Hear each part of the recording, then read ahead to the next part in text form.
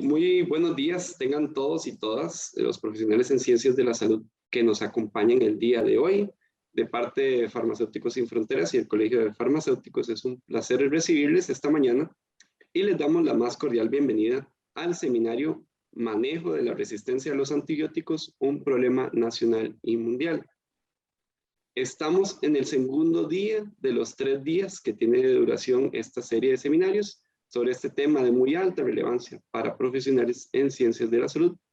Mi nombre es Giancarlo Apuy Morux, soy farmacéutico y trabajo para el Colegio de Farmacéuticos de Costa Rica y me acompaña en la moderación la doctora Elke Sonnenbrink de parte de Farmacéuticos Sin Fronteras. Bueno, primero algunos datos de interés general. Para las siguientes presentaciones contamos con traducción en simultáneo español, inglés, español, la cual pueden activarla mediante los controles ubicados en la barra del Zoom. Hacen clic en donde les aparece el símbolo de interpretación, es un circulito con rayas, y en el desplegable seleccionan el idioma que desean escuchar.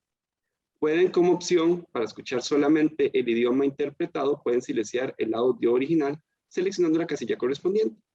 Recuerden que para poder escuchar la charla y las presentaciones tienen que activar el audio del equipo y habilitar el sonido del equipo.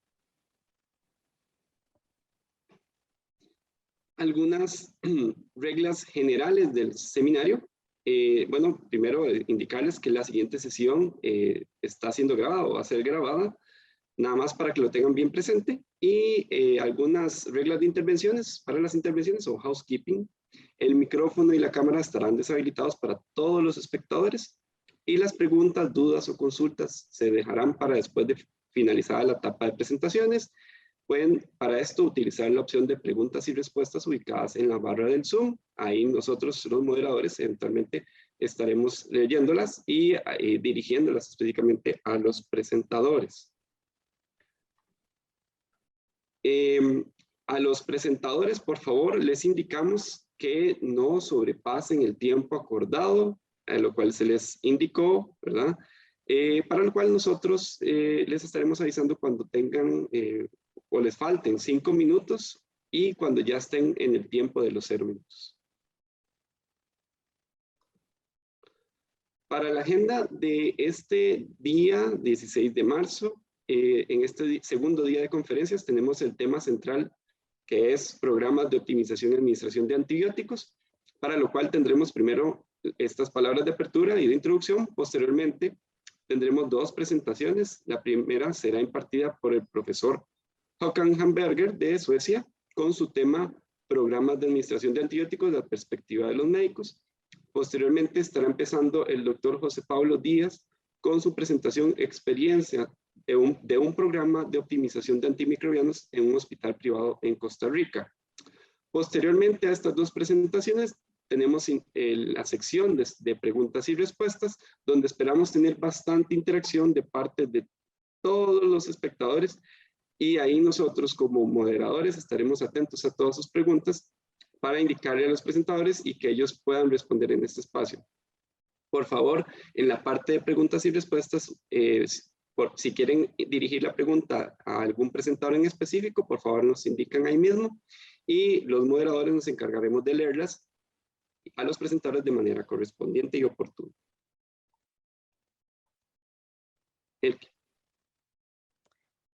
Bueno, muy buenos días, muy buenas tardes, tengan todos ustedes. Mi nombre es Elke Sonnenbrink, como ya Giancarlo les mencionó, y junto con estas personas que ven acá en esta diapositiva, hemos coordinado esta actividad, esta y 2 más que ya hemos realizado en conjunto con el Colegio de Farmacéuticos. En la primera fotografía tienen a mi colega Afifa Trad, que junto conmigo, pues por la parte de Farmacéuticos Sin Fronteras, hemos estado a la cabeza desde nuestra parte organizando esta actividad y, como les dije, junto con los colegas del Colegio de Farmacéuticos, Giancarlo Apuy y Yajaira Quesada. Y bueno, todos hemos estado trabajando en conjunto con también nuestro colega Ulf Ridiel, que ha sido pues un gran un gran apoyo para nosotros gracias a su experiencia que él tiene en este tema de la resistencia a los antimicrobianos, específicamente a los antibióticos, que es lo que estamos tocando hoy. Bueno, entonces solamente quiero agradecer a estas personas por pues todo el apoyo que hemos tenido para realizar esta actividad. Y bueno, el objetivo general de esta actividad, como pueden ver acá, es analizar el manejo de la resistencia antimicrobiana desde una perspectiva nacional y global, de manera que permita concientizar y ejercer acciones que disminuyan este fenómeno por parte de los profesionales de la salud. Y el objetivo que tenemos para el día de hoy es poder explicar las particularidades de los programas de administración de antibióticos desde la perspectiva del médico y el farmacéutico. Y para eso, pues vamos a tener las dos presentaciones que ya Giancarlo mencionó anteriormente, con la perspectiva un poco global, enfocada desde Suecia, y la nacional enfocada desde con el doctor José Pablo.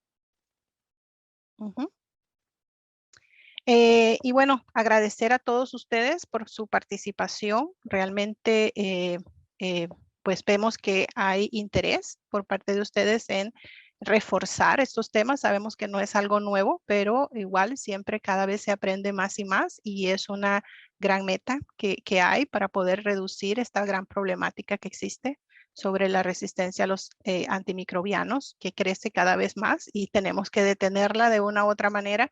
Así que entre más conocimiento tenemos, pues quizás podemos trabajar de una mejor manera. A todos ustedes y a todos nuestros ponentes que con su apoyo de manera voluntaria que nos están ayudando a exponer sus experiencias y principalmente pues también a ustedes, porque la idea es que podamos discutir, que hacer una discusión, no solamente escuchar que alguien exponga algo, sino que también puedan participar y quizás compartir sus propias experiencias también. Entonces, a todos ustedes, como ya mencioné, a todos los que han apoyado en al Colegio de Farmacéuticos, a Farmacéuticos Sin Fronteras de Suecia, y también principalmente a la cadena de farmacias en Suecia, Kronans Apotek, porque ellos nos ayudaron con el financiamiento para poder realizar esta actividad, especialmente la traducción simultánea.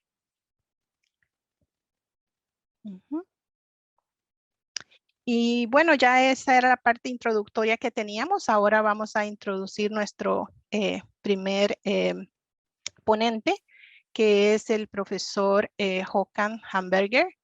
Él es médico. Håkan, I don't know if you want to present yourself, or otherwise I received your short CV. I can say some words. You decide if you want to. Perhaps it's better you tell a little bit more about what your broad experience in this topic.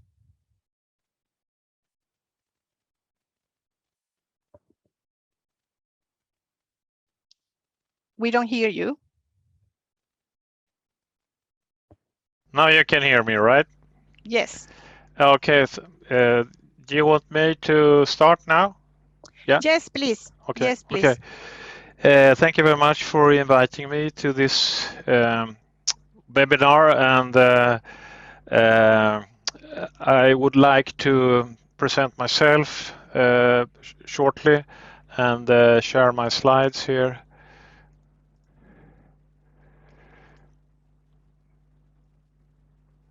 So, can you see these? Yes. Yes. In full screen, right? Okay. Now yes, in full screen. Now you can see it. Okay. And you can see me as well, right? In the corner or something like that. Yes. Yes, we can see you. Okay. I can't see you, but anyway. I'm from Sweden and working in as a senior physician in infectious diseases, mainly in intensive care with critical ill, and worked a lot with sepsis, caring for septic patients. So I've been chairing this antibiotic expert group, Swedish reference group of antibiotics, and also work for the Swedish Medical Product Agencies in the scientific committee, and also as a clinician with patients. And right now, this week, I'm a consultant in intensive care. And so this is a presentation, or based on a presentation I had in Kyrgyzstan in Central Asia, together with the AMR team in World Health Organization. So I worked with them for 4 or 5 years on the Western Balkan and in Central Asia. And before that, and currently still, I work also in Vietnam, mainly in intensive care. Anyway, so I will take you through these points. First, just an introduction to antibiotic resistance, which is a public and animal health issue, and then about antibiotic stewardship and how we should do this and try to do this in hospitals. So, regarding antimicrobial resistance, we all know it's a global threat. It's the reason we have this meeting, and we all know that it's when bacteria, parasites, viruses, and fungi become resistant, but I suppose it's mainly focused on bacterial resistance today, right? We won't speak about COVID mutants, no? No. No, okay. So this is from a presentation in the AMR program at WHO, and it shows the global map here, and you can see Latin America and Africa and Asia, and it's estimated that 1 person every 3 seconds will die just due to AMR infections if the problem is not tackled now 2050, and that would count for Latin America almost 400,000.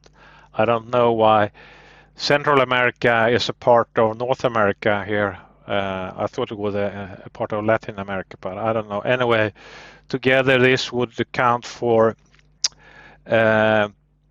around 700,000 deaths just to AMR in 2050 if we don't tackle the problem now. And you can see the population in Asia is even bigger, and we'll lose almost 5 million people here if we don't tackle the problem. So that's why it's an urgent issue. And here you can see the epidemiology of antimicrobial resistance, and it's really a One Health problem, and you cannot just do interventions in hospitals here in the right lower corner and to tackle the problem. You have to work on all parts. You have to work on the animal part. You can see that here, and you also have to work with clean water and sewage and all those parts. So it's really a big challenge for the whole society. So it's a complex issue, and both at the human and animal and environmental interface or level. So one thing in the toolbox is antimicrobial stewardship. And I will focus on stewardship in hospitals and what it is, how it works, and the goals, and to be critical, does it really work, and what interventions can be done, what's low-hanging fruits, and how do we know we have improved or changed, and how to organize this in different situations or in different settings and questions. So what it is, it's coordinated program that promotes appropriate use of antimicrobials, including antibiotics, improves patient outcomes and reduces antimicrobial resistance, and decreases the spread of infections caused by multi-drug resistant organisms. So in Sweden we call this rational use of antibiotics, and stewardship, we don't really have a Swedish word for that, but I think in English it's easier to define it. So we need actions now, and if we focus on use antibiotics properly, you have to improve diagnostics. You have to improve dosing length of treatment. But then you also have the surveillance challenge and to decrease the need for antibiotics, vaccinations, for example, and the infection control. And then you have on the horizontal level here the coordination of this, and you have also knowledge, that means education, information, research, and of course international collaboration. So why antibiotic stewardship, and how should it be designed? Well, it's designed to combat the emergence of resistance and control cost and improve. The first aim is really improve clinical outcomes.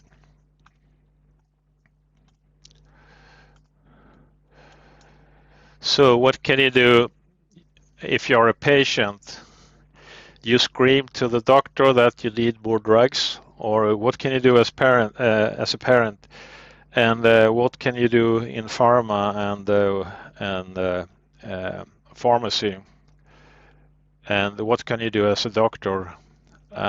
You can be well informed, when to prescribe, what to prescribe, how to prescribe, be part of a stewardship team, and resist pressure from patients, parents. If you work in general practice, mainly, be able to explain your decision and resist incentives from pharmaceutical industry.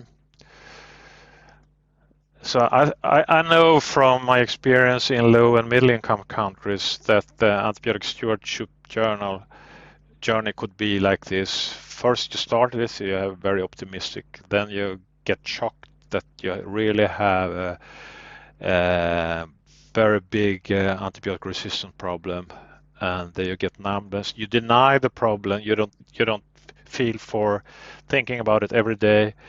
You get feared, maybe for yourself and your family, for transmission of bed bugs, and you get angry and you get depressed, and but then you start to understand the problem and you accept it and you move on. So to move on in the hospital, it's quite different if you work in a high income country or if you work in for example Central Asia or Vietnam, where I have my greatest experience. But this is a situation in our hospital where we have a Ebola unit, a national Ebola unit, for example. You can see pictures from that here. That's quite different from when you work in another setting with less resources. But in all situations, you have a patient, you have a case, and you need to start antibiotic treatment smart and initiate effectively antibiotic as soon as possible for serious infections. This is from the UK antimicrobial stewardship in hospitals. Start smart, then focus. And then you have to send appropriate specimens prior to starting treatment, always blood cultures before IV antibiotics. And then you focus after 2 to 3 days. You need a review. You should stop treatment if no infection. And you should streamline according to microbiological culture results. So it's really important to have facilities and capacity for culturing. And I think that's my experience that's one of the biggest bottlenecks and limitations in low and middle income countries, that the laboratory facilities are not good enough. Anyway, goals. The most important to improve is to improve clinical outcomes and optimize patient safety. And if you do that, you can control cost and you can reduce resistance, but also Clostridium difficile infections and toxicity. It works, it really works. You can reduce antibiotic consumption that is not needed, also in the hospitals.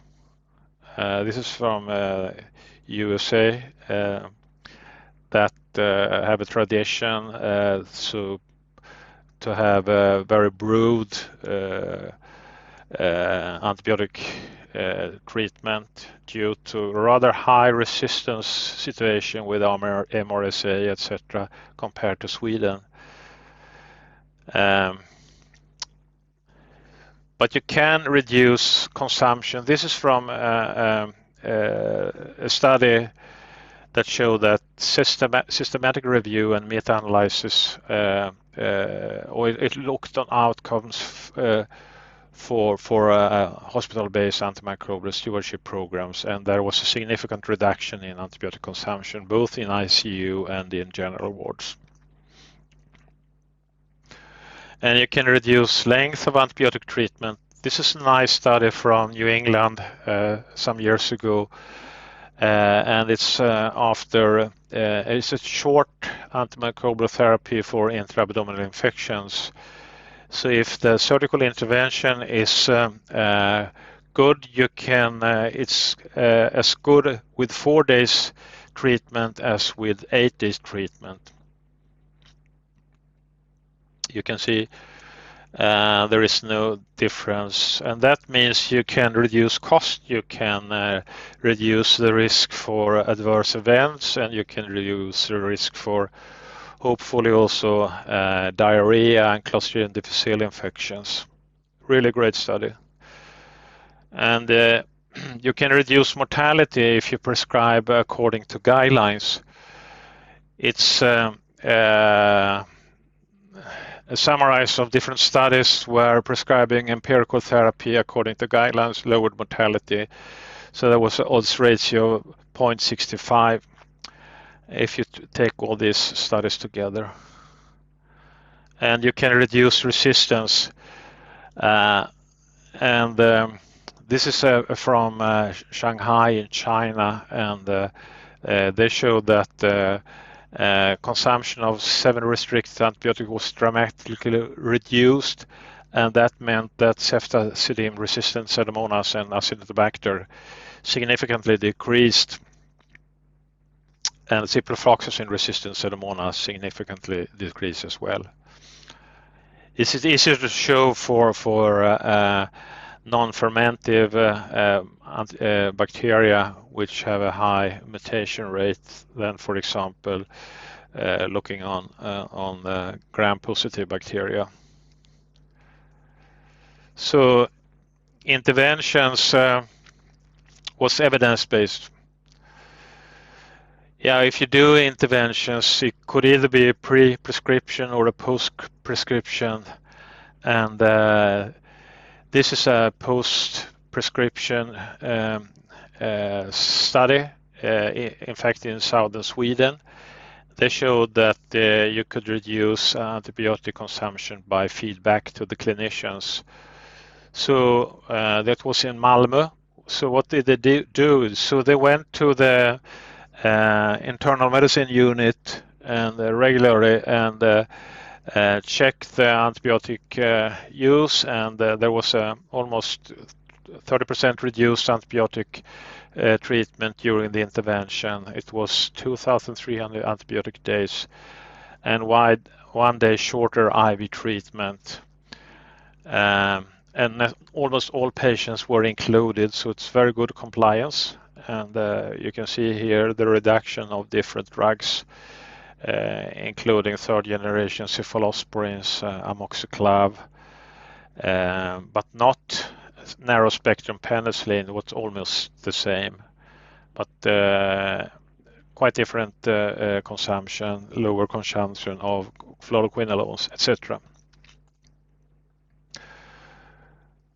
So Staph aureus bacteremia or sepsis has high mortality, and bedside infectious disease consultant lowered this with an odds ratio of 0.34. These are based on 4 studies, and I don't know if you implement that in your country, but we have this as a automatic call to infectious disease consultant when it's growing Staph aureus in the blood cultures. So I don't think you necessarily need to be an infectious disease consultant, could as well be internal medicine, or the important thing is that you're interested in improve the care for these patients. So how to choose the best intervention? There are no magic bullets, and you need a multifaceted strategy, usually both restrictive and persuasive education, adapted to your specific context and taking into account local barriers and behavior change strategy. So the advice would be to start small with low-hanging fruits, with friendly colleagues, stepwise approach, build on successes, monitor the impact and adapt, and keep it simple. Start with looking on the drug, the right drug in the right dose to the right patient, the right route and right duration. And there is also in the World Health Organization's AMR programs toolbox 3 groups of antibiotics. One is access group, which are aimed for first or second choice, and then there is the watch group, which you have should think an extra time before you prescribe if it's really necessary, because it's associated with a higher risk for adverse events and selection of resistance. And then you have the reserve group, the last resort, which is growing in many countries. So here you have once more again the 6 Ds. I like this. You need the right diagnosis, of course, and you need debridement or drainage, source control, the right drug, the right dose, the right duration, and also de-escalation. Although it's not really evidence-based, but common sense, of course, and I believe more in the shorter the duration of treatment in the hospitals than de-escalation. That could be done when discharged in many situations.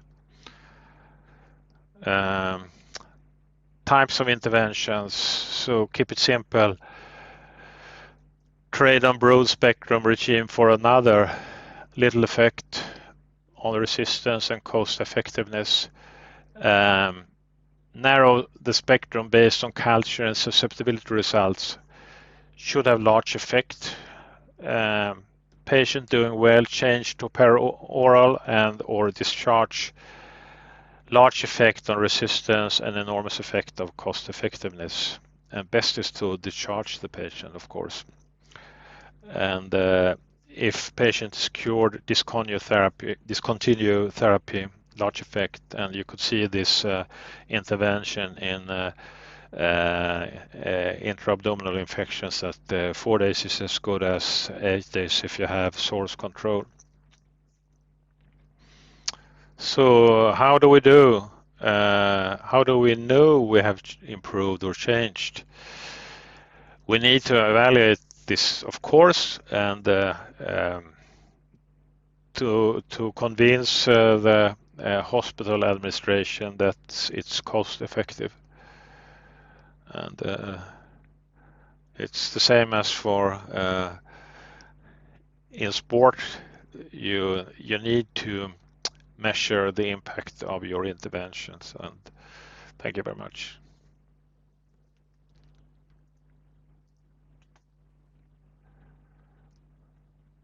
Thank you so much, Dr. Håkan. It was very interesting to see. I guess that the people have questions, but we will leave them to the end so we can continue with the next presentation. So, Giancarlo. Yes, muchas gracias al doctor Håkan Hamberger. Más bien le sobraron unos minutos. Excelente. Entonces, sin más, comenzaremos con la presentación del doctor José Pablo Díaz Madrid. Voy a hacer una pequeña introducción del doctor. El doctor José Pablo Díaz es un farmacéutico del Hospital Clínica Bíblica en San José, Costa Rica. Es farmacéutico clínico y máster en farmacología y gerencia de medicamentos. Actualmente es el director del programa de optimización de antimicrobianos del Hospital Clínica Bíblica. Además, es profesor de farmacología en la Universidad de Costa Rica y en la Universidad de Ciencias Médicas, UCIMED. Se ha desempeñado como asesor del Ministerio de Salud de Costa Rica, es miembro de la Comisión Nacional de Resistencia a los Antimicrobianos y es uno de los coautores del Plan de Acción Nacional de Costa Rica sobre la resistencia a los antimicrobianos, que es el que está en efecto actualmente hasta el 2025. Es miembro de la Estrategia Nacional de Vigilancia de la Resistencia a los Antimicrobianos del INCIENSA, Instituto Costarricense de Investigación y Enseñanza en Nutrición. Es consultor internacional de la Organización Panamericana de la Salud. Ha trabajado en talleres en Centroamérica y Sudamérica relacionados con la implementación e investigación de programas de optimización de antimicrobianos. Ha impartido varias charlas y webinars sobre esto y ha publicado sobre la implementación de intervenciones en PROA en Costa Rica. Entonces, qué mejor persona que tener al doctor con toda su experiencia, ¿verdad? Ya implementado y todo. Doctor, bienvenido. El piso es suyo, como dicen.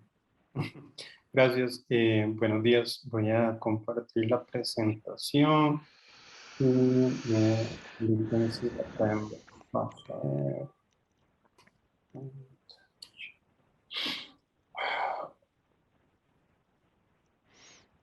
Ok. Ahí estamos bien, perfecto. Perfecto.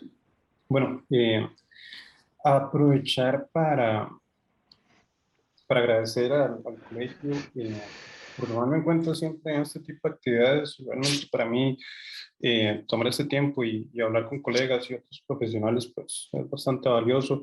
Vi por ahí también algunos estudiantes conectados, entonces muchísimas gracias por sacar el rato para conversar hoy. Como dijeron, realmente creo que eso es lo valioso. Yo la experiencia del hospital la he contado un par de veces ya en diferentes charlas, pero tal vez abrir ese espacio para conversar hacia el final, creo que puede ser, como decían antes, lo más valioso. Entonces, espero sea una sesión de provecho.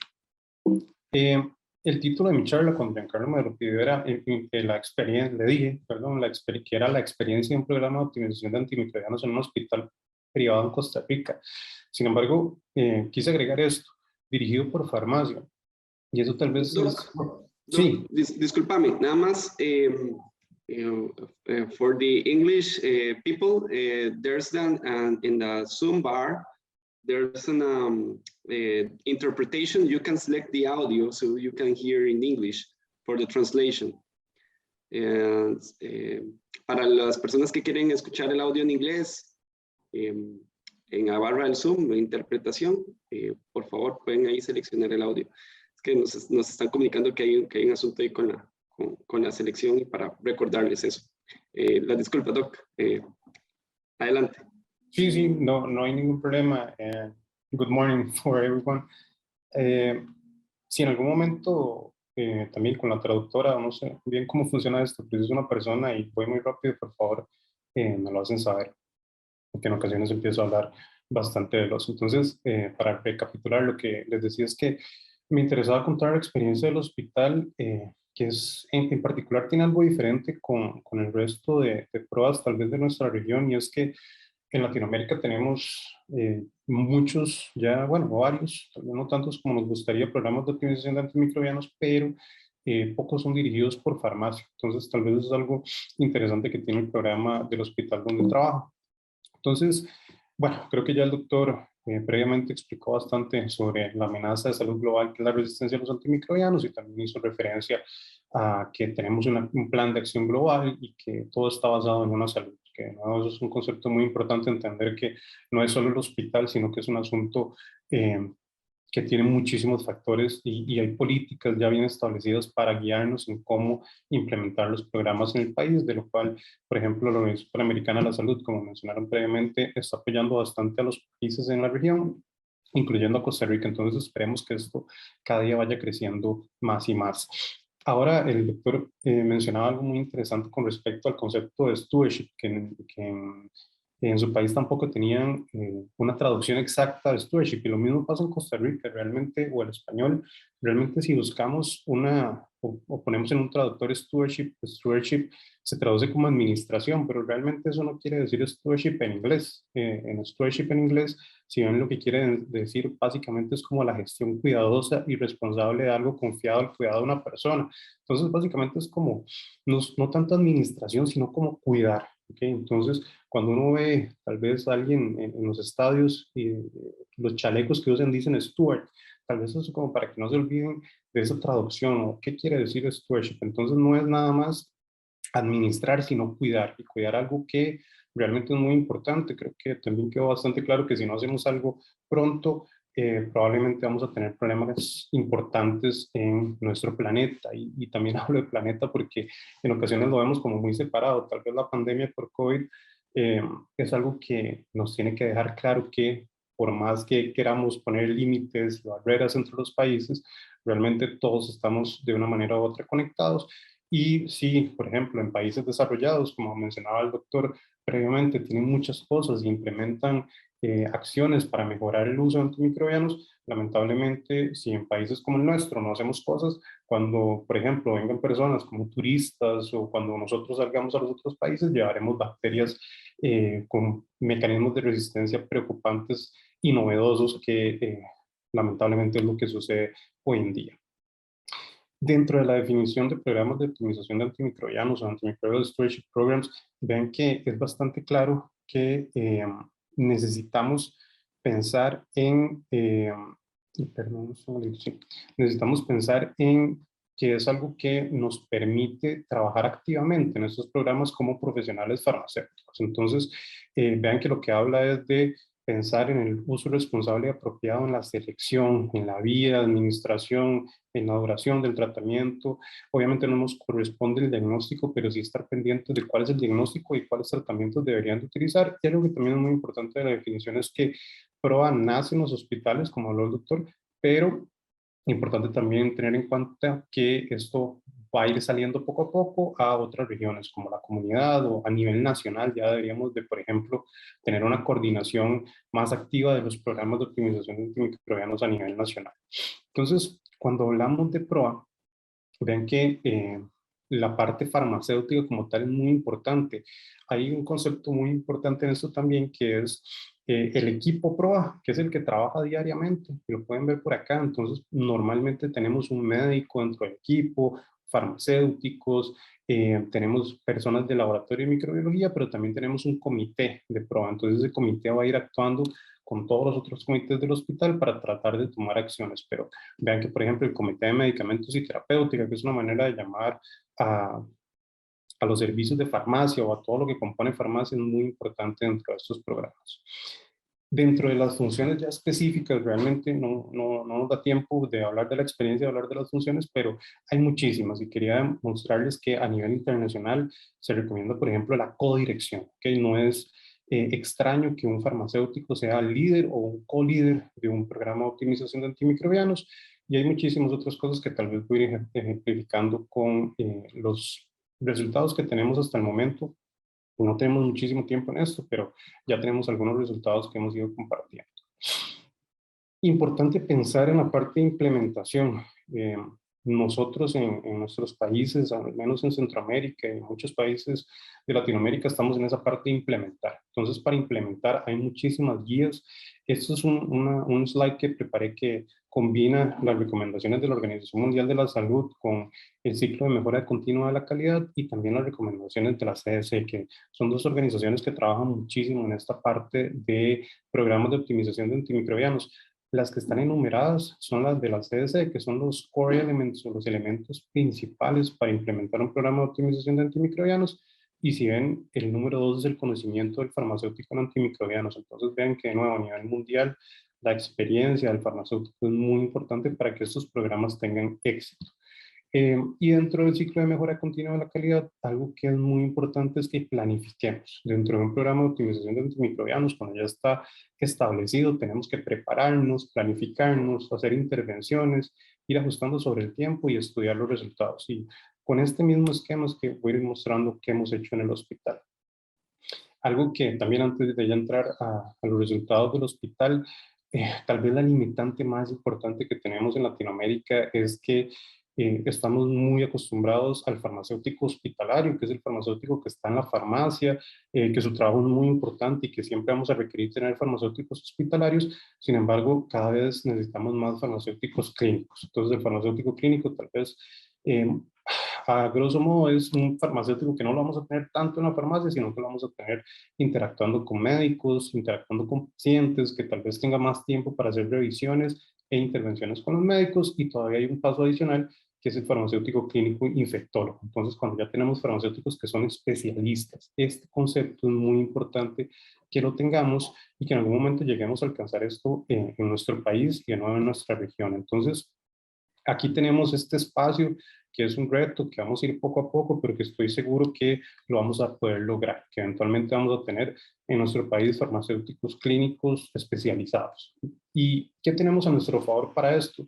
Yo diría que hay muchísimo apoyo. Vean que, por ejemplo, esta actividad, que el colegio esté interesado en esto, que hayan organizaciones internacionales, que hayan organizaciones mundiales como la Organización Mundial de la Salud, o regionales como la Organización Panamericana de la Salud, hacen ver que tenemos apoyo y hay muchas personas interesadas en que trabajemos en esto. También hay evidencia, como la que mostró el doctor, los programas funcionan y normalmente dentro de los programas vamos a tener farmacéuticos. ¿Qué tenemos en contra? A nosotros mismos. ¿Por qué digo esto? A ver, hay muchas cosas para hablar en esto y tal vez ahora podríamos profundizar un poco más, pero uno lo ve a nivel profesional y lo voy a hacer muy como opinión aquí en Costa Rica.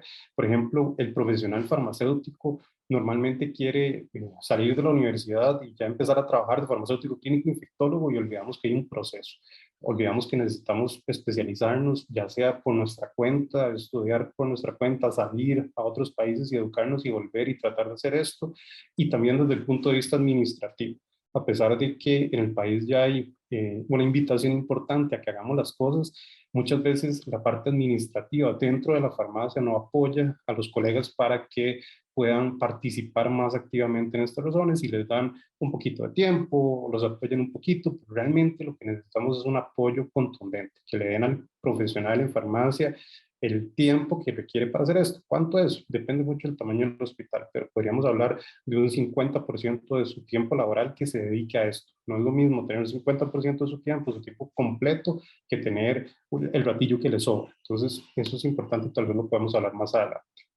Como decía el doctor, también muy importante con los pruebas, empezar de manera gradual, que eso también es parte de lo que les decía de nosotros mismos. A veces queremos que todo salga rápido, como mostró ahora esa curva muy interesante del viaje o el journey del farmacéutico, de los pruebas dentro de esto.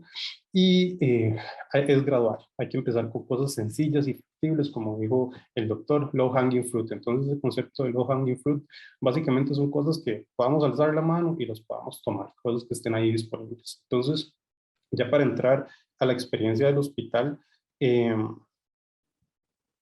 quería comentarles que, bueno, mi hospital es un hospital pequeño, realmente es un hospital que tenemos algunas ventajas y algunas desventajas. Somos privados, no tenemos, podemos hacer varias cosas si lo decidimos entre pocas personas, no tenemos que hacer tanto, no tenemos un camino tan largo para lograr cambios. Estamos acreditados por un ente internacional que es Joint Commission International, que Joint Commission también nos invita a hacer todas estas cosas. Tenemos un expediente digital que nos ayuda bastante a tener acceso a la información, pero también hay cosas que no tenemos que nos hacen las cosas un poco más complicadas. Por ejemplo, en el hospital y por asuntos de normativa nacional no tenemos restricciones en el uso de antibióticos. Entonces, el médico que quiera llegar a prescribir y que tenga permiso para prescribir en el hospital puede prescribir el antibiótico que desee.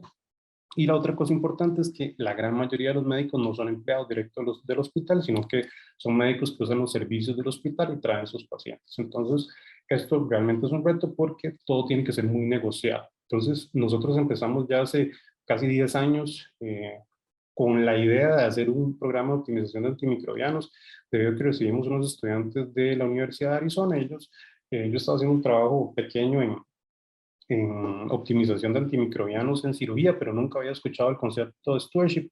Me lo enseñaron y ahí empecé a capacitarme y gracias al apoyo del hospital en el 2015 logramos tener ya un programa aceptado en el hospital que probablemente fue de los primeros de la región con una estructura recomendada, que tengamos médicos, que tengamos farmacéuticos, bacteriólogos y también enfermera del comité de infecciones. Entonces, acá empezamos a trabajar, básicamente el trabajo que hacemos es combinar información de consumo de antimicrobianos y de calidad en la prescripción. Entonces, acá están algunas de las acciones principales que hacemos. Le damos monitorización al consumo de antimicrobianos, trabajamos en guías clínicas, que en esto estamos cada día mejorando un poco más, hacemos estudios de prevalencia puntual, auditorías, hacemos retroalimentación a los médicos sobre la prescripción, tratamos de hacer investigación, que esto es un reto en nuestros países, no tenemos esa cultura de investigación, hemos hecho algún poco de investigación, pero realmente estamos largo de donde nos gustaría estar. Capacitamos a los médicos prescriptores y también estamos pendientes de los patrones de susceptibilidad o de resistencia a las bacterias. Entonces, hay diferentes acciones, hay cosas que hacemos en el día a día. Entonces, por ejemplo, en el día a día está la auditoría con retroalimentación al prescriptor. Entonces, ¿eso qué es? Básicamente el PROA va a detectar casos de oportunidades de mejora de pacientes hospitalizados. Entonces, ¿quiénes? Por ejemplo, el que esté farmacéutico clínico puede estar revisando activamente los expedientes en busca de oportunidades.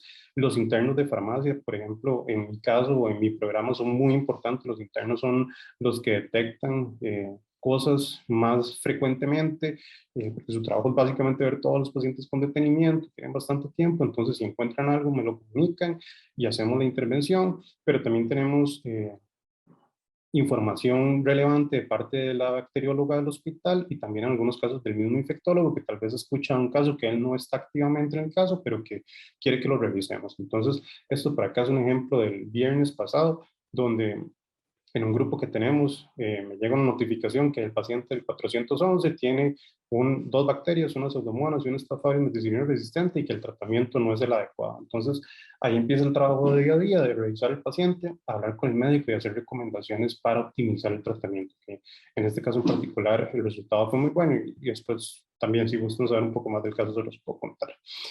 Normalmente llevamos qué tanto nos aceptan nuestras intervenciones. Estos son datos del año pasado. Normalmente tenemos una buena tasa de aceptación de las intervenciones, por ahí un 90%, que hemos ido creciendo. Cuando empezamos con una meta de un 80% y apenas llegamos por ahí a un 90%, que de nuevo, la idea es que también en ocasiones tratemos de hacer cosas un poco más complicadas, pero hoy en día ya les podría decir que los médicos están bastante acostumbrados a que los llamemos y les digamos, doctor, es que esto me llama la atención, ¿qué le parece hacer esto? Entonces, es parte de lo que trabajamos día a día. Como les dije, no tenemos un poco de investigación dentro del hospital publicada. Esto es un artículo que publicamos hace un par de años, en el 2020, sobre el impacto de un programa de optimización de antimicrobianos dirigido por un farmacéutico en un hospital en Costa Rica, que básicamente lo que hicimos fue comparar el consumo de antimicrobianos antes y después de la intervención del PROA y también ver si teníamos algún cambio en resistencia. En resistencia, en este estudio, en el antes y en el después, realmente no tuvimos un cambio importante. Lo que vimos fue más que todo que se mantuvieron la gran mayoría de las bacterias en un porcentaje de resistencia similar, lo cual relativamente nos alegró, pero bueno, ven que esto fue el impacto solo 2 años después. De ahora que tenemos 5 años, ya ahora más adelante les voy a enseñar algunos cambios que sí hemos logrado. Y también vimos la parte de consumos. Entonces, en la parte de consumo, importante ver cómo Por ejemplo, en antibióticos de espectro reducido como cefazolina, crecimos un montón después de 2 años de implementación del programa de optimización de antimicrobianos, y que ceftriaxona logramos que bajara muchísimo. Y ahora esto fue gracias a un trabajo que hicimos en profilaxis quirúrgica que pronto les voy a enseñar. Cosas que también son buenas, meropenem, en esos 2 años también logramos reducir o tener una tendencia hacia la disminución, tal vez sin diferencia estadística, pero al menos tener tendencias a la reducción es importante. Y también cosas malas. Hay algunos antibióticos que lamentablemente no hemos logrado controlar dentro del hospital, y por más que hemos hablado con los médicos, por ejemplo, en mi hospital en particular les encanta prescribir ertapenem. Entonces, de nuevo, no quiero vender la idea de que somos un programa perfecto, somos un programa que tiene muchísimo trabajo por delante y que ahí vamos de nuevo gradualmente y poco a poco. Entonces, explicarles por qué empezamos por profilaxis quirúrgica, por esto mismo que les decía antes, hay que empezar por algo sencillo. Entonces, en profilaxis quirúrgica en Estados Unidos se habla de que hasta el 30% de las prescripciones son inapropiadas. Hay guías clínicas validadas a nivel internacional, que es medicina basada en la evidencia, entonces eso hace muy fáciles las cosas. No es lo mismo que yo llegue a un médico y le enseñe una guía internacional, que yo llegue y le enseñe a un médico algo que yo hice localmente en mi hospital y que no tiene ningún respaldo. Entonces, esto es un póster que pusimos en una sala de cirugía de un estudio pequeño que hicimos, en el cual revisamos 2.168 procedimientos quirúrgicos en el hospital en 6 meses, y nos dimos cuenta que solo el 13.5% de los médicos habían escogido el antibiótico correcto. Y era principalmente porque elegían ceftriaxona como agente profiláctico. El procedimiento más frecuente en este estudio eran cesáreos. Entonces ahí fue donde decidimos empezar, que eso es muy importante, tener algo claro que quiero resolver.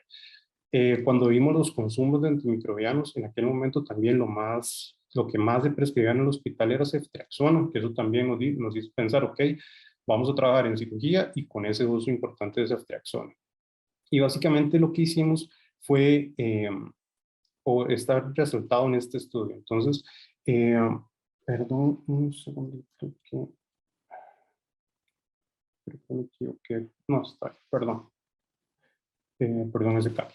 En fin, lo que hicimos con profilaxis quirúrgica básicamente fue que creamos una guía clínica, como les dije antes, educamos a los médicos primero de manera grupal y después de manera individualizada. Entonces fuimos y buscamos a los ginecólogos, a los anestesiólogos y comparamos en una pequeña revisión qué teníamos antes y qué teníamos después de la implementación de toda esta educación y de la guía clínica. Esto también lo presentamos como un póster en ID Week, que es uno de los congresos más importantes de infecciones en el mundo, y básicamente estos son los resultados. Después de esa intervención sencilla, de hacer una guía clínica y hablar con los médicos, logramos que en cesáreas en específico pasáramos de un 0.5% de uso óptimo a un 80.1% de uso óptimo de antibiótico profiláctico, que básicamente fue que dejaron de usar ceftriaxona y empezaron a usar cefazolina, con una mejora absoluta de casi un 80%. Si ven, este es el comportamiento de cómo fue mejorando la prescripción de los médicos conforme fuimos haciendo la intervención. Si ven, aquí tuvimos un cambio importante. Después algunos médicos que olvidaron hacer caso, no quisieron hacer caso, tuvimos que buscarlos individualmente y logramos la meta inicial, que era ese 80% para el final de la intervención. Al mismo tiempo, disminuimos importantemente el consumo de ceftriaxona en el hospital. En ese periodo se disminuyó en un 28.5% y aumentamos el uso de cefazolina, que es una cefalosporina de primera generación ideal para profilaxis quirúrgica, aumentando en un 580% su uso dentro del hospital. Y si ven, más o menos este es el comportamiento que vimos con estos 2 antibióticos, disminuyendo de nuevo la ceftriaxona y aumentando cefazolina. Esto ven que fue en el 2015. Siguiendo este modelo, realmente lo que les decía, nosotros en aquel momento nos preparamos, planificamos la guía clínica, hicimos la intervención con los médicos, ajustamos hablando con médicos individualmente y fuimos viendo los resultados. Ahora, el siguiente paso era pensar en más cirugías. Entonces, básicamente lo que hicimos fue quedarnos igual en cirugía, pero hablar con más médicos. Ya lo habíamos logrado en ginecología, entonces fuimos abarcando más profesionales o más especialidades médicas. Y esto lo publicamos o lo compartimos en un congreso también el año pasado, donde ya vimos el impacto después de 5 años de intervención. Entonces, después de 5 años de intervención, en todas las cirugías del hospital, ya no solo pensando en cesárea, sino pensando en todas las cirugías hechas en el hospital, logramos pasar de un pre-programa de optimización de antimicrobianos con selección óptima en apenas un 21% a un 80% ya en general. Y también pensamos en la duración, que eso también es algo muy importante. El antibiótico debe suspenderse lo más rápido posible, entonces en esto también logramos una mejoría de un 9%. También, al mismo tiempo, la cefazolina siguió creciendo importantemente dentro del hospital y de la misma forma, ceftriaxona continuó disminuyendo de manera bastante importante. En este estudio que recientemente compartimos, también ya empezamos a ver cambios en resistencia. En algo, por ejemplo, como las betalactamasas de espectro extendido, ya tenemos datos de disminución de la aparición, que tal vez no sea solo por esto, pero hay alguna manera teórica de pensar de que si utilizamos menos ceftriaxona también es posible ver menos betalactamasas de espectro extendido, y lo importante es que también no tuvimos aumento de infecciones de sitio quirúrgico y no tuvimos efectos adversos importantes con este cambio de pasar de cefazolina a ceftriaxona. Si ven gráficamente, si recuerdan antes la gráfica no se cruzaban. Ahora en el hospital estamos utilizando más cefazolina que lo que estamos utilizando ceftriaxona, y se puede ver en el tiempo cómo ha ido cambiando importantemente esta tendencia. Entonces, esto lo presentamos también en la FIP, y básicamente lo que dice por acá es que lo importante es que esto se puede hacer en otros hospitales, y será importante o será un problema en otros hospitales. Esto es un estudio que se publicó a principios de este año, finales del año pasado primeramente, que participamos dentro de un PPS, que es una encuesta de prevalencia puntual en los hospitales, y los resultados ya se publicaron. Si ven, en 5 países de Latinoamérica, cuando vemos cómo anda el cumplimiento de guías clínicas, por ejemplo, en profilaxis quirúrgica, si ven, en la gran mayoría de los países vemos porcentajes de cumplimiento bajo. Vean que nosotros ya estamos en un 80%, probablemente por la parte esta del programa de optimización de antimicrobianos. Entonces, ya para ir terminando, quería contarles rápidamente un par de experiencias más. En cuidados intensivos también ya tenemos algunos datos, que también es un lugar importante para tener acciones. Por ejemplo, nosotros tenemos esto en proceso de publicación, que es cuál fue nuestra experiencia con los médicos de cuidados intensivos o con los intensivistas. Si ven, lo que hicimos fue lo mismo, básicamente, comparar cómo prescribían antes del PROA y después del PROA. Y básicamente lo vimos en función de cómo prescribían empíricamente y cómo era el consumo de antimicrobianos por otro método, que es el de días de antibiótico, bueno, tratamiento antibiótico diario. Entonces, lo mismo, con ellos hicimos guías clínicas, hicimos retroalimentación. Entonces, que tal vez es lo más importante, cada vez que vemos un intensivista que tal vez prescribe algo que no nos encantaba, hablábamos con ellos, y también hicimos sesiones de educación grupal para intercambiar opiniones, y tuvimos un resultado también bastante bueno. Si ven, en la selección pre-PROA, los médicos estaban seleccionando adecuadamente en un 43.1%, y actualmente o recientemente lo volvimos a medir y teníamos un 86.8%. Entonces es una mejoría bastante importante en la prescripción empírica de esos profesionales, que son médicos que muchas veces por su especialidad tienden siempre a querer cubrir muy ampliamente cuando en ocasiones no es necesario. Y lo mismo, si vemos qué pasa con el cumplimiento de guías clínicas en las unidades de cuidados intensivos, vean que en otros países de Latinoamérica los porcentajes tienden a ser menores a 60%, y nosotros ya casi estamos cerca de un 80%. También vimos consumo de antimicrobianos, y si ven, la gran mayoría, cuando comparamos el periodo antes de PROA y después de PROA, tenemos tendencias a disminución en muchos antibióticos importantes. Algunos tal vez no hemos logrado el mismo impacto que queremos, pero de nuevo es un trabajo gradual. Algunos de espectro reducido han ido creciendo, que eso también de nuevo nos interesa muchísimo. Y según lo que comentó el doctor ahora, también hicimos una estadística de cómo andamos con los antibióticos desde el punto de vista aware dentro de este estudio. Entonces, si ven, así era el perfil de prescripción de los médicos intensivistas. Casi no usaban o usaban menos antibióticos de tipo acceso. Ahora ha crecido importantemente. Hemos logrado disminuir los de Watch, y los de Reserve también han disminuido un poco. ¿Cómo logramos esta parte con los médicos intensivistas? Básicamente es cambio en el comportamiento. Es tratar de convencerlos de que eh, queremos ayudar, queremos optimizar, y también hay un efecto importante que es que ellos se sientan observados, que sienten que los estamos viendo y que estamos pendientes de que están prescribiendo. Y un par de slides para finalizar. Otras cosas importantes que hemos logrado, ya en el hospital tenemos una aplicación para que los médicos tengan acceso a más información de antimicrobianos. Acá se pueden cargar las guías clínicas del hospital, también pueden ver los patrones de resistencia. Entonces es algo que durante la pandemia lo empezamos a hacer y tal vez todavía no hemos tenido el impacto que queremos, pero ahí lo estamos trabajando.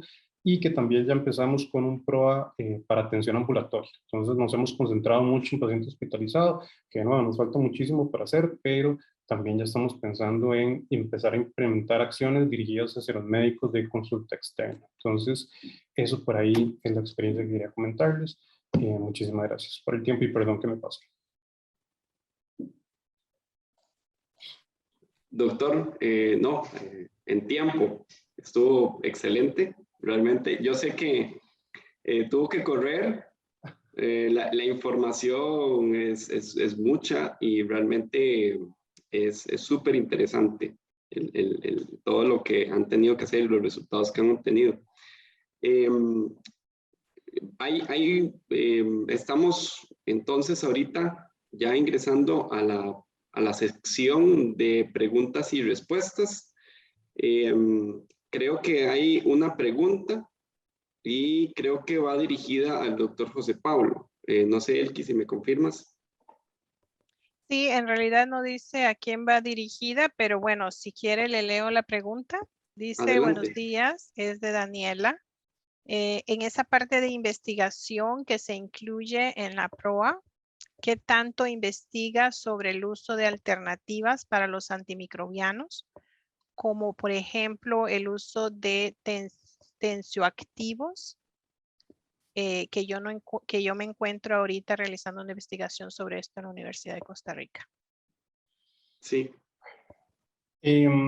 Bueno, me imagino que es para mí, o bueno, no sé si el doctor también querrá contestar. Realmente, en nuestra experiencia, realmente es mínimo pensar en cosas que estén en proceso de investigación como más básica, y no tanto como en cosas ya aplicadas o medicamentos que ya estén aprobados. Entonces, realmente lo nuestro es más observacional o intervenciones y después medir su impacto, pero realmente pensar en probar ese tipo de cosas, no estamos cerrados, pero es un proceso que todavía va a tomar su tiempo para que se dé, pero es algo que eventualmente se puede pensar en hacer.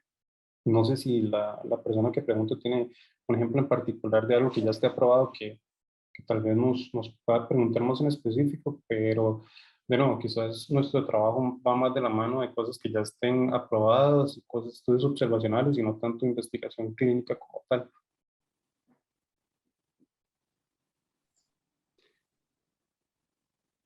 Ok, dice la doctora Daniela Villalobos que se encuentra actualmente trabajando con sales biliares modificadas. A eso se está refiriendo Daniel. Sí, bueno, realmente tal vez nos podría compartir un poco de esto, porque realmente no, me quedo corto con toda la pena, pero no tengo conocimiento de esto. Y no, es un espacio para compartir, entonces si la doctora quiere hablar un rato de esto, adelante, lo escuchamos. Sí, tal vez, Yajaira, si podés activarle el micrófono, la cámara, o ambos a Daniela, y a ver si ella nos quiere compartir como un poco más de explicación de eso que se encuentra investigando.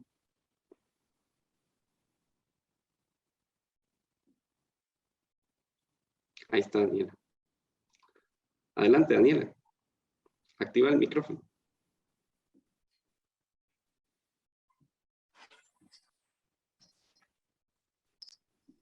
Ahí levantó la mano, sí. Adelante, Daniela.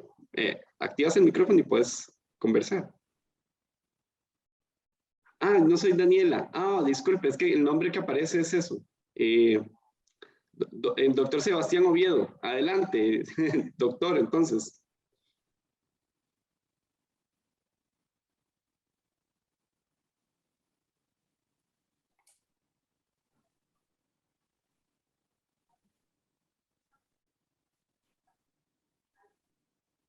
Dice que demos un momento. Bueno, y ahí- mientras tanto, ya saben que pueden compartir sus preguntas a través del QA que está acá. O si por el levantan chat. la mano, quizás les damos la opción de abrir el micrófono también. Así que aprovechen la oportunidad.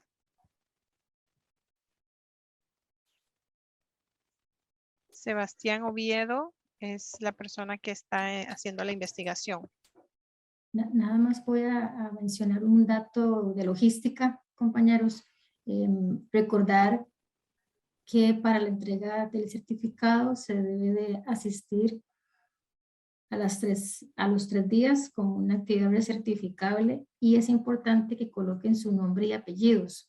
Y si es la persona que participa, porque en este caso estamos viendo que es el doctor Sebastián Oviedo, el certificado se le haría a nombre de Daniela Villalobos. Entonces es importante hacer mención de eso. Sí, bueno, como bien lo indicó Yajaira, por favor, siempre recuerden colocar el nombre correspondiente a los espectadores también, porque como lo dijimos, ¿verdad? Esta actividad está siendo recertificada y por lo tanto va a haber a los que asistan los 3 días tendrán un certificado de asistencia y participación. Entonces, sí es importante que tengan el nombre correcto en el usuario. Yo quería... bueno, ya va a conversar. Ahora sí, perdón. Ok, no, yo soy ahorita estudiante de 5º año en la UCR y me encuentro haciendo la tesis de licenciatura en el uso de alternativas de antibióticos. Yo estoy trabajando ahorita en el Instituto de Investigaciones en Salud, el INISA, no sé si lo conocen. Yo No. no. Pero contanos Bueno, de qué se trata. Ok, es una investigación que ya lleva tiempo haciéndose, es un proyecto en el INISA sobre el uso de sales biliares modificadas. Entonces yo ahorita estoy haciendo pruebas a las sales biliares de derivados del ácido cólico, desoxicólico, litocólico, y esas sales se modifican mediante la adición de grupos ácidos, por ejemplo, y esas sales biliares, uno de los que le hace son pruebas antimicrobianas, actividad hemolítica y actividad desinfectante.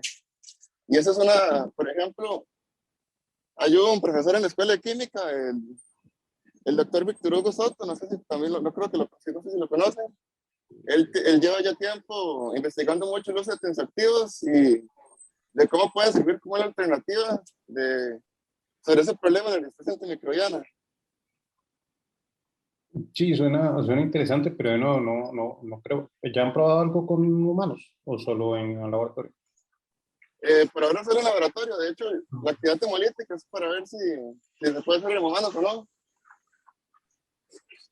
Claro, sí entiendo, pero sí, probablemente eso en algún momento pueda pasar a humanos y tal vez en aquel momento podamos pensar en incluir algo así, pero de momento realmente en prueba las investigaciones van mucho de esta mano de intervenciones y medir su impacto y no tanto en probar medicamentos nuevos o opciones terapéuticas nuevas. Ok, muchas gracias. A usted, Sebastián. A ver si hay... aparentemente hay una pregunta. Bueno, aquí tal vez sería para los dos presentadores. No indica nombre. Dice, buenos días. ¿Cuál es su opinión en cuanto al uso de antibióticos en farmacia de comunidad cuando un paciente llega con una infección pero no cuenta con los medios económicos para una consulta médica y tampoco está asegurado, pero requiere tratamiento? No sé si el doctor Hokan quiere contestar. Professor Hokan, did you get the question?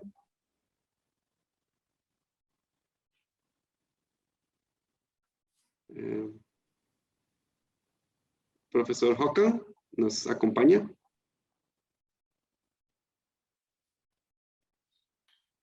Quizás yo puedo contestar mientras tanto. Adelante, José Pablo. A ver, es complicado. La respuesta principalmente es que es una situación complicada. A ver, la respuesta ideal sería que aunque tengamos un paciente con esta situación, no deberíamos como farmacéuticos prescribirle antibióticos. ¿Por qué? Porque no es nuestro rol profesional, no estamos entrenados para diagnosticar, que eso es importante tenerlo en cuenta. Y a ver, pueden haber situaciones que en la apariencia pueden ser sencillas de resolver, sin embargo, a pesar de que uno quiera ayudarle al paciente, no deberíamos prescribir porque, de nuevo, no estamos autorizados para esto. Esa es la respuesta política y la correcta, diría yo. Realmente, en mi experiencia, por ejemplo, yo trabajé también en comunidad al inicio de mi carrera y estaba en el hospital igual, pero a pesar de que nos llegaban casos así, sí teníamos muy claro que no es nuestro rol profesional hacer esto. ¿Qué me ha pasado en mi práctica como docente? Como docente he tenido muchos estudiantes que tal vez se van a trabajar a una farmacia en, no sé, en una zona rural y que tienen exactamente esta misma pregunta que está haciendo en este momento y me dicen que realmente el consejo es el mismo. No debemos de hacerlo. A veces hay presiones externas para que esto suceda, pero de nuevo debemos de hacerlo muy poco y en casos que no sean, casi que no haya ninguna otra solución, pero de nuevo, no debería ser. ¿Por qué? Si es una infección muy sencilla, el paciente debería de poder acceder a la caja de alguna manera. No sé, hoy en día hay procesos como para que el paciente, aunque no esté asegurado, se le cobre. Entonces, eso podría ser una orientación, enviar al paciente a la caja y decirle que diga que necesita atención y que va a pagar por los servicios, aunque no tenga los recursos. Y si es una infección complicada y no tiene acceso, todavía es más importante enviarlos, porque si ese paciente eventualmente le pasa algo, también tenemos una responsabilidad ahí que, si Giancarlo no me corrige, también tenemos estas implicaciones legales que tomar en cuenta. Entonces, realmente sé que hay muchas presiones, sé que hay muchas cosas que pueden suceder, pero sí debemos mantenernos fuertes en tratar de que esto no suceda. Y lo malo es que a veces cuando empezamos a hacerlo, también se vuelve la norma, ¿cierto? Hay muchos pacientes que también, producto de no haber detenido esta práctica en algún momento, ya están acostumbrados a llegar a una farmacia y que esto suceda. Y de nuevo, no estamos entrenados para esto, no debemos de hacerlo. Y creo que lo que debemos de concentrarnos es en educar al paciente en que de una manera u otra trate de tener acceso a atención médica.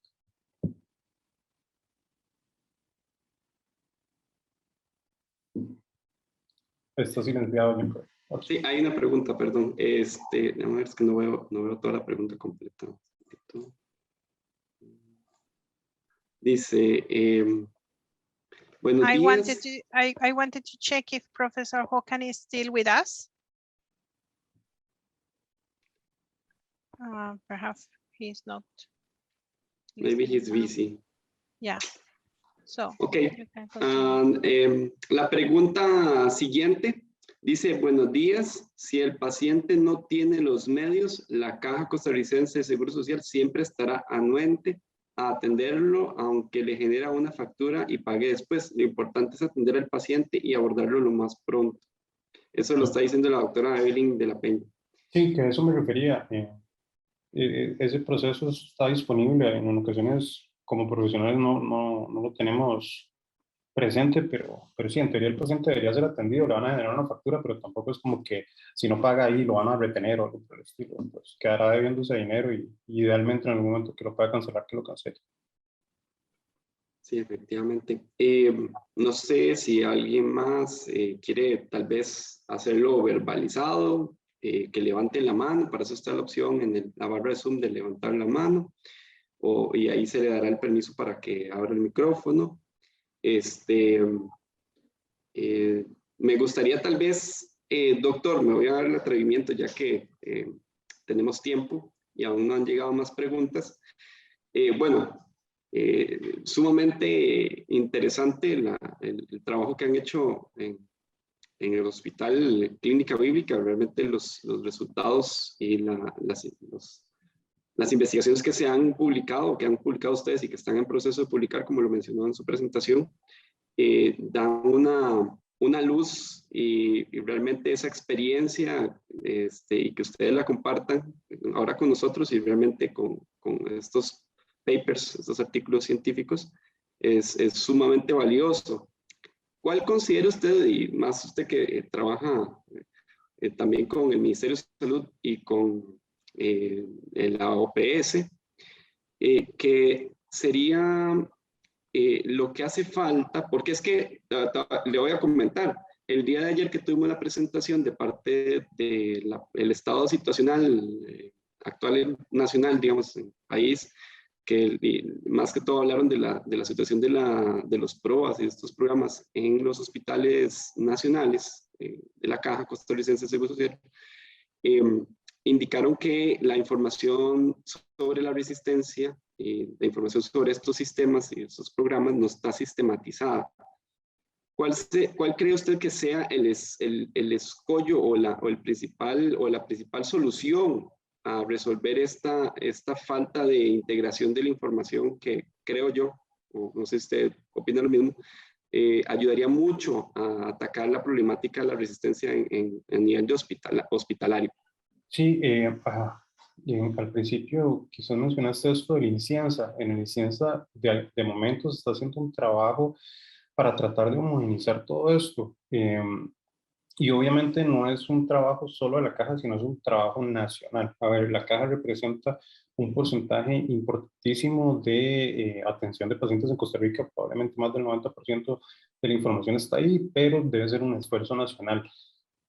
Lamentablemente, de la experiencia que he visto en INCIENSA, a veces el encontrar la información no es tan sencillo como nos gustaría que fuera. Entonces, depende mucho del deseo del hospital de querer compartir su información, que eso también entiendo que está yendo hacia un cambio, que hay un apoyo de la parte de la dirección de laboratorios a nivel nacional para que no sea decisión del hospital compartir su información, sino que sea un proceso que permita que todos sepamos las cosas. Hoy en día, en el proyecto que está liderando la INCIENSA, están participando varios hospitales de la Seguridad Social, San Juan de Dios, Calderón Guardia, el Geriátrico, hay varios hospitales, el Hospital de Niños, que están trabajando como para poder primero en un grupo más pequeño estandarizar toda la información y que esa información después, o esa manera de trabajar, se pueda compartir con todos los otros hospitales para que al fin y al cabo la información se pueda consolidar y que sea mucho más sencilla de trabajar. Tal vez me explico un poco con esto. El laboratorio, no todos los laboratorios tienen, bueno, deberían usar el mismo sistema, pero esta información se comparte o se debe trasladar a otro programa que lo provee la Organización Mundial de la Salud, y dentro de ese programa hay que cargarlo de cierta forma. Entonces, una vez que ya está cargado de esa forma y todos los hospitales lo carguen estandarizado, ya vamos a poder tomar toda la información y hacer un compilado nacional. Ya tenemos información nacional de resistencia que el INCIENSA también publicó hace poco. Estamos cercanos, bueno, pues estamos porque estoy dentro del grupo, pero no soy el que hace como el trabajo día a día, pero sí sé que para este año probablemente va a haber una actualización de ese documento que nos da información importante, nos da cómo andamos con esta faringitis resistente, cómo andamos con BLES, cómo andamos con carbapenemasas. Entonces, la información está en proceso. Yo pensaría que aquí a un par de años ya vamos a poder tener datos más consolidados de la realidad nacional. Ya también estamos en algunas bases internacionales, que eso también es interesante cuando uno trabaja regionalmente y ve a veces información de resistencia. A veces Costa Rica parece como gris, o sea, como que se ve que hay información de los diferentes países y de Costa Rica no se recibe información. Ya eso está cambiando, ya también estamos entrando a través de INCIENSA también a redes internacionales para que cuando un médico, por ejemplo, en Estados Unidos, por decir algo, vea que tiene un paciente que viene de Costa Rica, que viene enfermo, pueda tener una idea de cómo anda el patrón de sensibilidad en Costa Rica. Entonces, se está trabajando en ese proceso.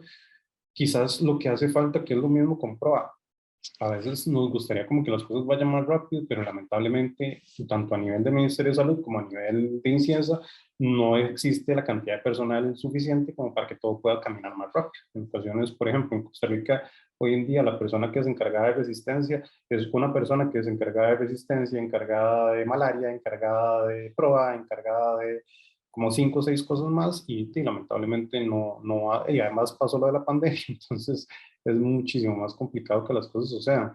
Pero esta información de resistencia yo estaría con una esperanza alta que aquí a un par de años ya tengamos datos nacionales mucho más sólidos. Y es muy importante, y perdón por extenderme, pero por ejemplo, tengo colegas que me han comentado que en Cartago, por ejemplo, que es donde vivo, el porcentaje de estafadores multidisciplinario resistente anda por ahí el 90%, en Cartago, en el hospital principal de Cartago. El resto del país andamos por ahí en un 60%, pero realmente eso es muy importante. Si yo vengo de Cartago y me van a atender en un hospital en San José, deberían de saber los médicos de San José cómo anda el asunto en Cartago, por si me contagié en Cartago lo considero, que no es lo mismo tratar pensando que bueno, igual un 60% igual es alto, pero tener esa certeza o ese conocimiento también hace que los tratamientos sean mejores y definitivamente vamos a ver variaciones. No es lo mismo la resistencia en el Valle Central que probablemente lo que vamos a encontrar en Guanacaste o en Limón. Entonces es importante tener una idea clara de todo el país lo antes posible.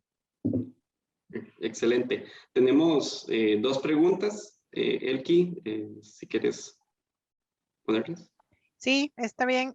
Bueno, tenemos una de Carla Vanessa Mena Ojeda y dice, buenos días. Muy buena la información de hoy. Muchas gracias a los presentadores, muy profesionales. Yo tengo la siguiente consulta o pregunta donde puedo encontrar información válida, contundente sobre la farmacia hospitalaria en Costa Rica.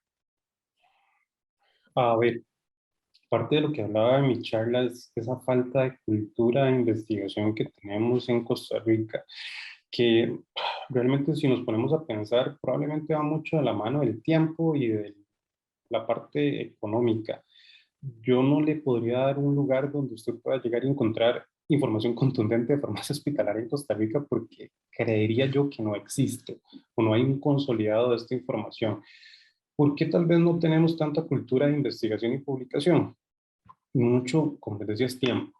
A ver, pensemos y de nuevo, yo no trabajo en la seguridad social, no puedo dar opiniones contundentes de la seguridad social, pero en lo que comentan colegas y amigos, les puedo decir que muchas veces no hay tiempo. Hay prioridades. Por ejemplo, sacar el trabajo que impacte directamente a los pacientes es más importante que el tiempo que se pueda dedicar a investigación. Entonces, si no tenemos suficientes profesionales que tengan tiempo dedicado a investigar, no vamos a tener publicaciones y por lo tanto va a ser muy difícil tener información contundente sobre la farmacia hospitalaria en Costa Rica. ¿Qué necesitamos para cambiar esto? De nuevo, recursos, tiempo, que dentro de los hospitales de la seguridad social se vuelva una prioridad de investigar, y no solo en la seguridad social, sino a nivel privado y a nivel nacional. ¿Okay? Entonces, mucho de esto va de parte de incentivos, mucho de esto de nuevo va con tiempo. No es lo mismo que su 100% de su jornada laboral sea solo trabajar en la farmacia o con pacientes y no tenga al menos un cuarto de tiempo para investigar. Entonces, a ver, en otros países también las universidades tienen sus propios hospitales, entonces es mucho más sencillo que dentro de la misma estructura los que son profesores también usen el hospital para investigar. Hoy en día nosotros lamentablemente no tenemos esa unión entre, o sí hay una unión, pero tal vez no es tan fuerte en esa parte de investigación como nos gustaría entre las universidades y la seguridad social, que es donde están los pacientes, donde hay mayor cantidad de complejidad en las infecciones o en los tratamientos o inclusive en la cobertura, como hablaba antes. Entonces, respondiendo muy concretamente, yo no sé dónde podría conseguir la información contundente, creería que no hay ningún lugar, pero tal vez se puede buscar en bases de datos con palabras claves sobre Costa Rica, a ver si encontramos algunos artículos, incluyendo los nuestros y algunos de otros colegas que sí han publicado algunas cosas, pero que no, tal vez no es una información consolidada a nivel nacional. Muchas gracias por la respuesta. Después Sonia Elizabeth también tiene una pregunta que es desde su experiencia, doctor José Pablo Díaz, ¿qué acciones puede tomarse a nivel nacional para integrar la formación académica y práctica para formar farmacéuticos clínicos especialistas? ¿Cree que la opción de pasantías en hospitales de la Caja puede ser una de ellas para crear más proa? A ver, creo que necesitamos un abordaje un poco distinto. Primero lo que pensaría es que necesitamos tener más gente formada como especialista. ¿Okay? Entonces, el camino normal o el que uno esperaría es que aquí en Costa Rica desarrollemos un programa de residencia que funciona, por ejemplo, tomando de nuevo, y perdón que use tanto Estados Unidos, pero es como donde más información tomo y donde me formé parcialmente. Realmente lo que deberíamos ver es algo similar a medicina. Tenemos residentes en farmacia que van a hacer sus prácticas como residentes en hospitales de la Seguridad Social, por ejemplo. Para poder tener residencias en farmacia, primero tenemos que tener especialistas en diferentes áreas de farmacia clínica. Entonces, ¿qué deberíamos de pensar? En igual como se han hecho en otras especialidades, por ejemplo, en medicina nuclear o en algunas otras especialidades dentro de la caja, deberíamos tomar un grupo de colegas y que ese grupo de colegas se especialicen en esa área donde sea más viable y que vuelvan al país a formar servicios clínicos y que después de eso pensemos en esa unión con las universidades y podamos tener idealmente programas como el que se ofrece para medicina, donde tengamos, y de nuevo, copiando el modelo estadounidense, se hace un año de residencia en farmacia clínica y después se hace un año adicional de especialización en el área que se quiera trabajar. Por ejemplo, si vamos a empezar en esto con PROA, entonces sería un año de manejo clínico de pacientes, que eso es algo muy importante. En ocasiones creemos que el profesional en Costa Rica sale y está listo para ser farmacéutico clínico y realmente, desde mi punto de vista, la respuesta es que no. Realmente nos falta muchísima experiencia en la parte de atención a pacientes. ¿Por qué? Porque lamentablemente nosotros cuando estudiamos, y no en todas las universidades, inclusive hay algunas que no van del todo, es muy poquito el tiempo que nos dedicamos a ir a los hospitales y estar con los pacientes. Y de la práctica de ver medicamentos a la práctica de usar medicamentos hay un camino muy largo y que no creo que no estemos en la capacidad de aprenderlo.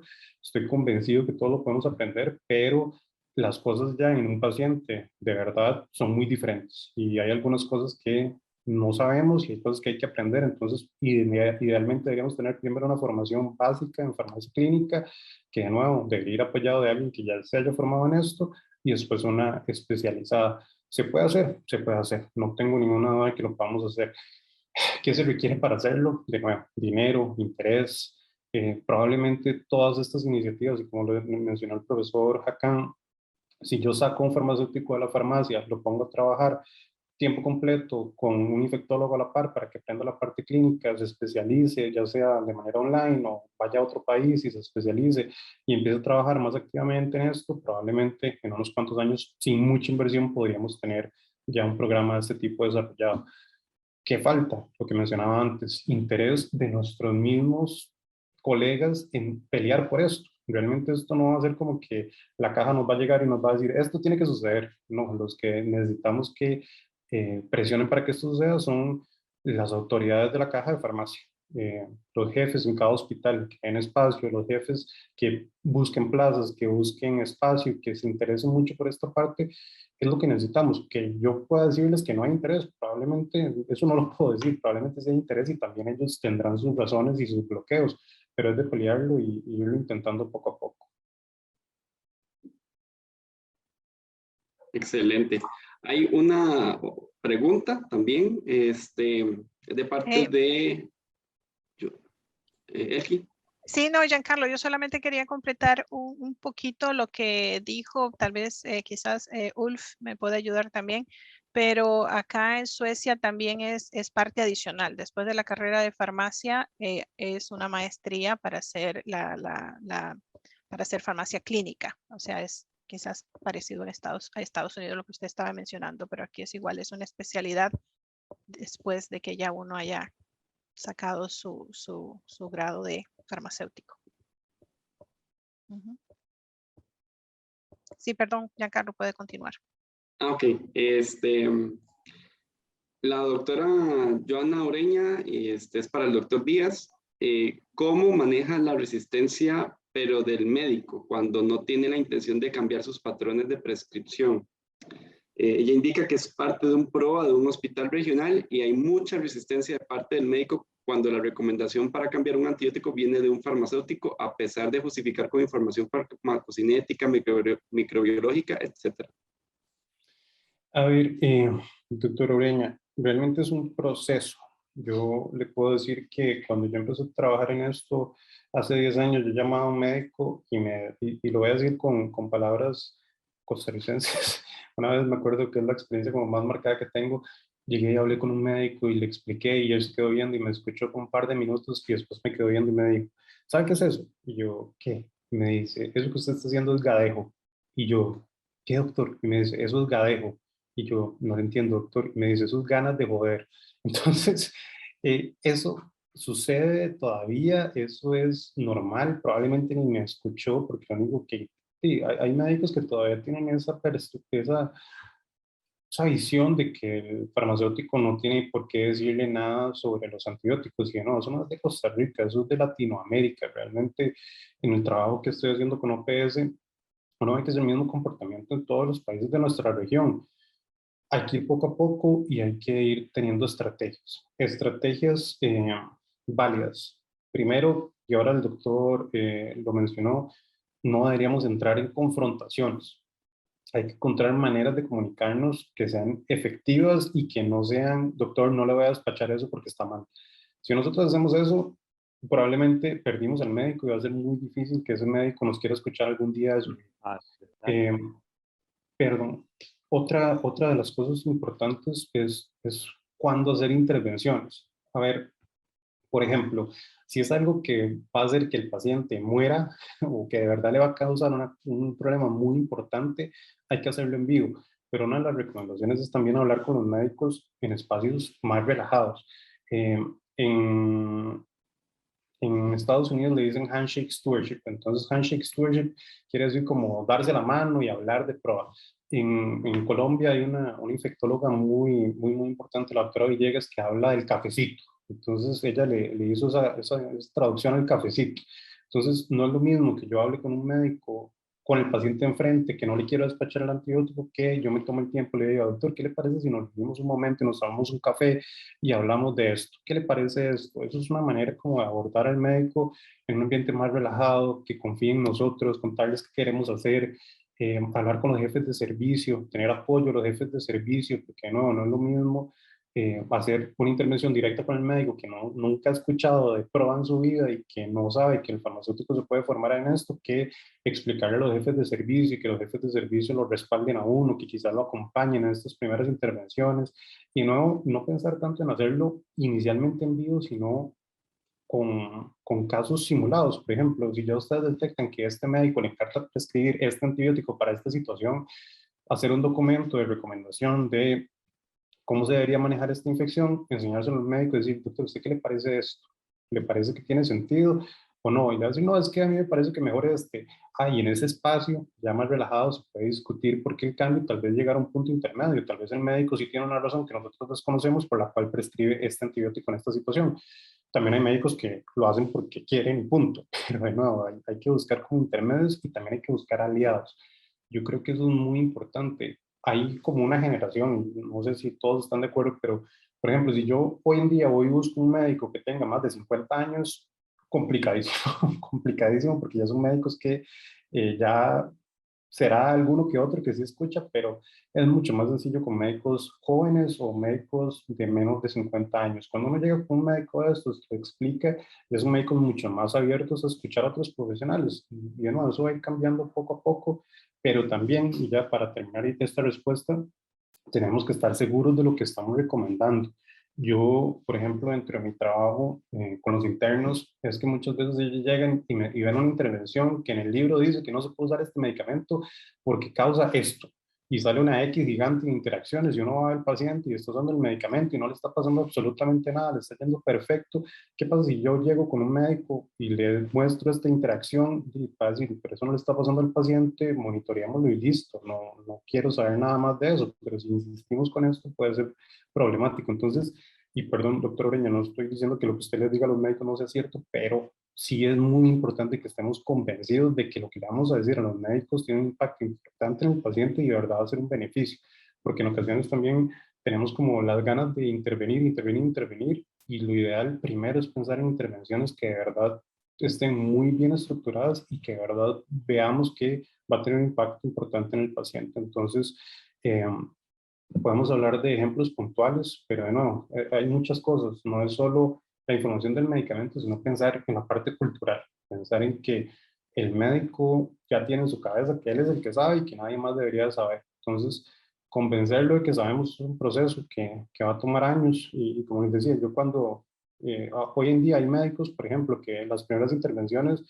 por ejemplo, me contestaban el teléfono y me escuchaban y no me decían nada, nada más me contestaban el teléfono y listo. Y ahora que son médicos que inclusive nos preguntan. Entonces, es un proceso, hay que ir poco a poco, hay que ganarse la confianza de los médicos y investigar es algo que ayuda mucho. Por ejemplo, en mi caso, recolectar información y decirles, doctores, vean, esto es lo que tenemos y hacia esto queremos llegar, hace que el médico, como les dije antes, se dé cuenta de que no estamos tan bien como creíamos, no somos el mejor hospital del planeta, no tenemos los mejores prescriptores y tenemos oportunidades de mejora, pero de nuevo, con información recolectada, con evidencia de que las cosas están haciendo mal y hacia dónde queremos ir, pero de nuevo en espacios que no sea cuando tenemos el paciente enfermo, muriéndose en cuidados intensivos y que no queremos despachar un antibiótico por alguna razón. Muchas gracias por la respuesta, doctor José Pablo. Y también hay otra pregunta más, que es de la doctora Evelyn de la Peña, y pregunta que si podría indicarme si existe si tienen en nombre de algún programa para especializarse en infectología para farmacéuticos. A ver, en la ruta para especializarse en esto, al menos en Estados Unidos, hay dos opciones. A ver, la opción número uno, que es la más complicada, sería ser farmacéutico en Estados Unidos y aplicar por una residencia, que eso es un proceso largo y complicado que se puede hacer. O sea, no, creo que un día el colegio hizo una actividad o va a hacer una actividad con un farmacéutico que fue y se fue a Estados y trabaja en Estados. Eso es posible. La otra opción que da el Board de Especialidades de Estados Unidos es que uno tenga experiencia en el campo, que si no me equivoco están pidiendo 5 años. Entonces, por ejemplo, si uno es un farmacéutico que trabaja como farmacéutico clínico en un PROA, probablemente ya tiene más de 5 años, ya uno puede aplicar por hacer el examen. Entonces, realmente los dos caminos son válidos. Usted puede hacer la residencia y hacer el examen o tener experiencia profesional en un campo específico y hacer el examen. Entonces, esa es una opción. Ya la parte de entrenarse le corresponde a uno. Entonces, por ejemplo, hay un curso de la Sociedad de Farmacéuticos y Infectólogos, que es una certificación que ahorita estamos trabajando. Entonces, por ejemplo, hay por ahí un... Sí, ya Jaira, puedes silenciar los micrófonos, creo que hay un ahora micrófono sí. activo. Entonces, está esa opción de que, como les decía, 5 años de experiencia profesional, irse entrenando por cuenta de uno. Entonces, uno puede, por ejemplo, llevar certificaciones, llevar cursos, estudiar por su cuenta. En Estados Unidos, el Colegio Americano de Farmacia Clínica y la Asociación de Farmacéuticos Infectólogos y la Asociación de Farmacéuticos Hospitalarios tienen cursos disponibles de diferentes tipos en línea. Y si uno ya se siente preparado para un temario que le dan y tiene la experiencia, puede mandar la carta y hacer el examen. Y si usted hace el examen y lo aprueba, ya con eso, para fines de Estados Unidos, ya usted estaría reconocido como un especialista en farmacia clínica. Entonces, la información la pueden conseguir en la página del board y tal vez lo puedo, si Giancarlo me da chance, lo puedo proyectar para que lo vean. Adelante, doctor. Igual, hablando de ese tema que justamente estás mencionando de que hay un conversatorio, efectivamente es el día de hoy a las 7 de la noche, Costa Rica. Es con el doctor Alejandro Arriaza, que es un farmacéutico costarricense que está radicado en Estados Unidos. Entonces, bueno, ya que el tema es de interés, los invitamos. La información la pueden encontrar en la página del Colegio de Farmacéuticos en Facebook. Ahí está el link correspondiente para ahora a las 7 de la noche. Okay. Si ven por acá, es la página del Board de Especialidades. Entonces vean que ellos mismos hacen referencia a estos 54.400 farmacéuticos certificados en 14 especialidades en el mundo. Entonces realmente no es que está cerrado solo Estados Unidos. Acá, por ejemplo, están cuáles son las especialidades, que si ven está ambulatorio, manejo ambulatorio, cardiología, compounding, critical care, etcétera. Y está infectious disease, por ejemplo, que es lo que les mencionaba antes. Y dentro de infectious diseases está cuáles son los requerimientos, que eso es lo que les comentaba antes. Que para los que están afuera, vean que, perdón, son 4 años para poder aplicar por el examen, y básicamente es aprobar el examen. Todo esto también tiene asociado costos, ¿verdad? No es como que el examen hoy en día se puede hacer desde Costa Rica. Hay un sitio que está aprobado para que usted, creo que es el Centro Cultural, uno va y puede hacer el examen ahí, pero de nuevo sí tiene que tener como el tiempo de experiencia y mandar una carta para que se verifique su experiencia y después aplicar por el examen. Que para contarles mi experiencia, por ejemplo, es un proyecto que tengo ahí como en hold porque ahorita tengo muchísimo trabajo y no me he podido sentar como a estudiar a conciencia. Yo empecé a estudiar para aplicar por el examen, pero afortunadamente por el momento tengo bastante trabajo, entonces no he podido sentarme a hacerlo, pero probablemente el otro año, si todo sale bien, podría estar pensando en aplicar el examen. Si les cuento que me especialicé fue porque pasé, y si no les cuento es porque me quedé, ¿no? Entonces, eso es.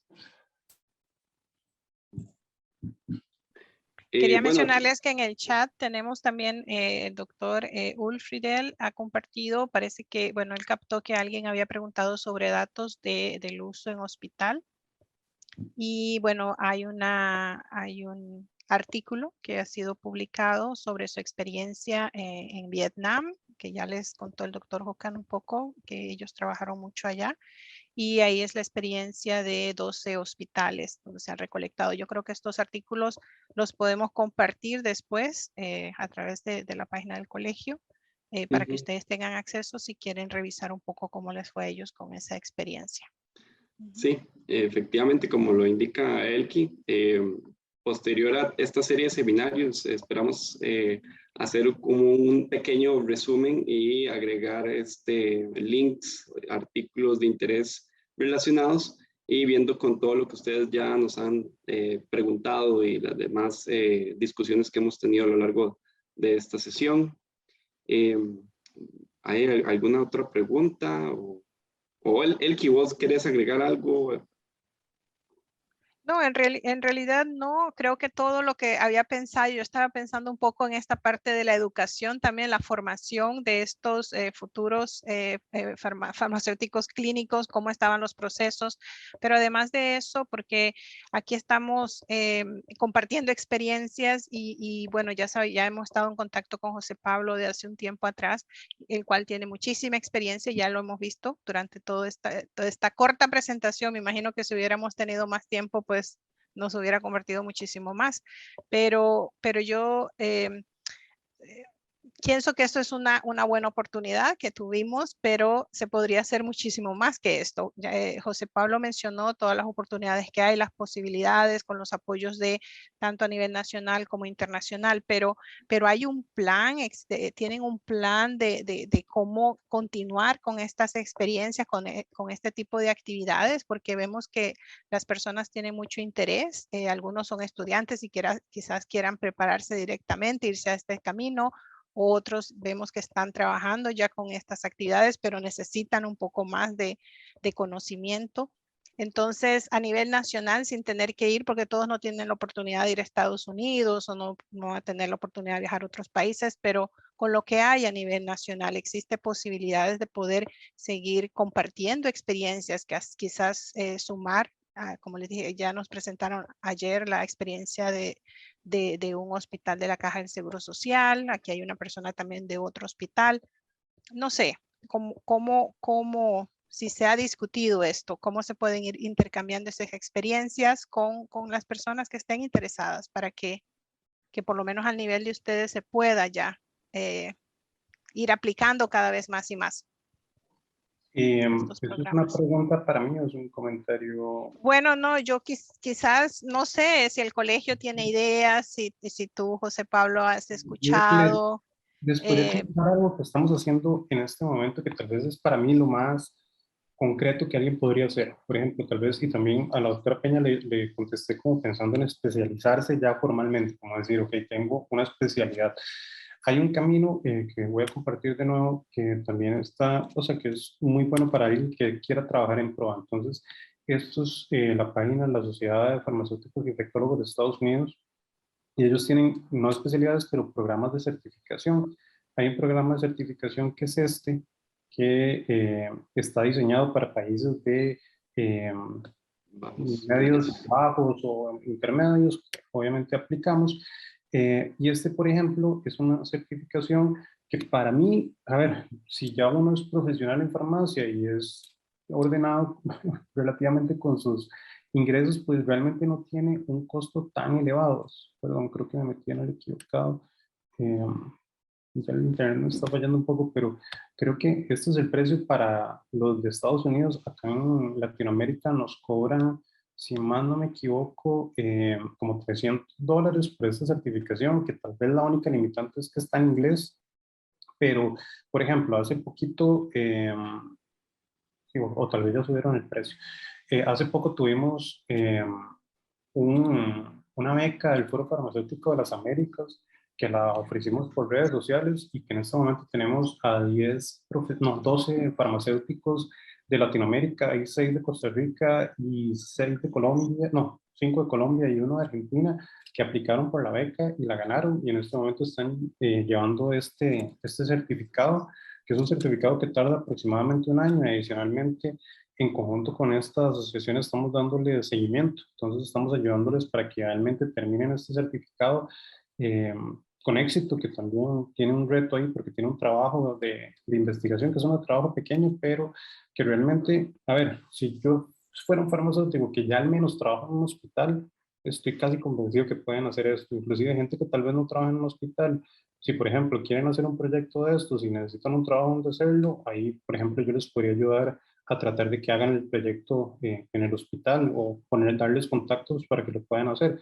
Pero para algo práctico de hacer, esto es lo que me parece que podría ser más viable. Ya pensando acá en Costa Rica, realmente de momento no tenemos nada. Sí he escuchado esfuerzos de abrir tal vez como una maestría en farmacia clínica o algo por el estilo, pero que esté ya disponible hoy, me parece que no tenemos nada. Sí, tal vez ahí, Yajaira, vos que sos la jefa de la unidad de ejercicio profesional, no sé si se ve si hay alguna iniciativa o algo así, pudieras compartirnos.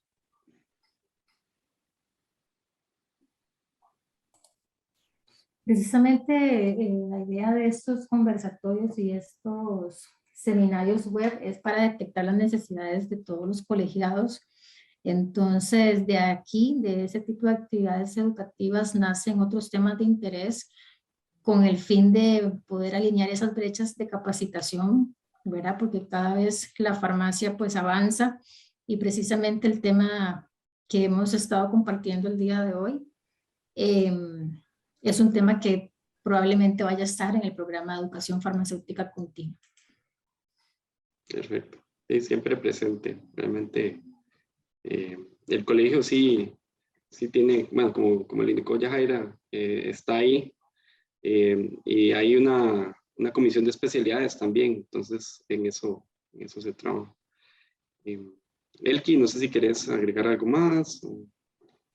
No, ya de mi parte, muchísimas gracias para todos, a todos los participantes, especialmente a todos los ponentes, a José Pablo, que tuvo cualquier cantidad de trabajo hoy, Sí. después de su presentación, el doctor Hokan, no sé si estará conectado todavía, y bueno, a todos ustedes también en el colegio que Ahí han está el hecho doctor, el profesor. un gran trabajo para hacer llegar esta experiencia pues a todos los participantes y a todos ustedes por la paciencia y por todas las preguntas que han compartido, su experiencia y las preguntas que han enviado para aclarar pues todas esas dudas que les han quedado. Así que muchísimas gracias de mi parte y de parte de Farmacéuticos Sin Fronteras de Suecia. Sí, de parte de, bueno, aquí la doctora Evelyn de la Peña agradece al doctor Díaz por la charla de hoy y la información sobre las vías de especialización en este campo. Acaba de compartir el profesor Hakan en el chat algunas referencias sobre el uso de antibióticos por medio de la dosis diaria, para que copien el chat y lo puedan buscar a los que quieran buscar, tener más referencias e investigar un poco al respecto. Y también, al igual que como Elki lo dijo, agradecerles a todos su presencia el día de hoy y igual los invitamos a las presentaciones del día de mañana, que también van a estar sumamente interesantes. Tenemos 2 ponencias internacionales, una es de parte del instituto, bueno, un representante de Suecia y otro es de parte de la Organización Panamericana de la Salud. Entonces, va a estar muy interesante, nos quedamos con la invitación y ojalá puedan replicar para que también sus colegas se puedan unir a estas charlas y seminarios. Agradecerle también a todos los panelistas y agradecimiento de parte del Colegio Farmacéutico de Costa Rica. ¿Hay un último mensaje? Nada, muchas gracias. Que esté muy bien. Muchas gracias. Bueno, muchas gracias. Buen día, buenas tardes. Buenos días y buenas tardes, sí, allá. Sí. Que tengan un bonito día y una bonita tarde. Sí, gracias. Y muchas gracias a la traducción de la doctora Andrea Bianchi.